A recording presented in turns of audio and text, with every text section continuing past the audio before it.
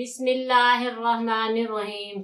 अस्सलामुअलैकुम मोअज़्ज़िज़ सामीन, आपके फेवरेट चैनल नेम सेंटर से मैं हूँ उम्मे ताहा। आज मैं हफ्सा नाम का मतलब और उसकी कुछ बुनियादी मालूमात लेकर आपकी खिदमत में हाजिर हुई हूँ। तो चलिए बढ़ते हैं अपने आज के टॉपिक हफ्सा नाम के मतलब और उसकी दीगर तफसीलात की जानिब। हफ्सा की इब्तिदाई मालूमात हमें अरबी ज़बान से मिलती हैं।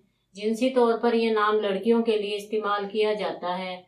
मजहबन ये एक मुस्लिम नेम है। इसके खुशकिस्मती के अदाद में 2, 3, 5, 6, 8, 14 और 23 के अदद शामिल हैं। इनके लिए बेहतरीन खुशकिस्मती का वक्त शाम 5 से 7 बजे तक 2 घंटे है। खुशकिस्मती के दिनों में बुध और जुमे के दिन शामिल हैं। अगर बात की जाए इनकी जिंदगी में पाई जाने वाली खुसूसियात की, तो ये हर चीज को ठीक तरीके से करना चाहती हैं, जिसकी वजह से इनको काफी मुश्किलात का सामना करना पड़ता है, मगर ये अपने मकसद को नहीं छोड़ती।